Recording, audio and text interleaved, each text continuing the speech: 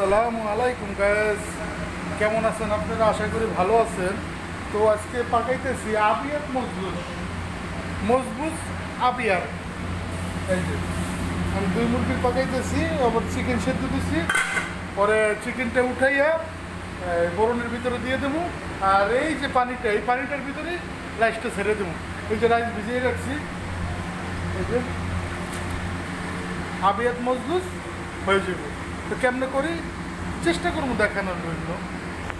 এই যে মতো উঠেছি, দেখেন সাদা অনেক যে রং লাগাবো, রং আর মশলা আর অল্প এলো মজবুত ব্যাপার স্যাপার। এই তো মাই রংটা লাগাইতেছি, দেখেন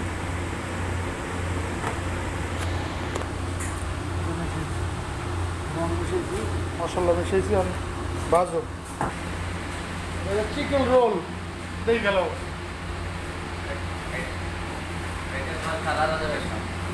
পরে মুরগিটার ওই যে রংদা মুরগিটার ভাবছি বাজে এই উপরে ডেকোরেশন করে দিচ্ছি। ওকে, তো সবাই ভালো থাকবেন, আমার জন্য দোয়া করবেন। আল্লাহ হাফেজ।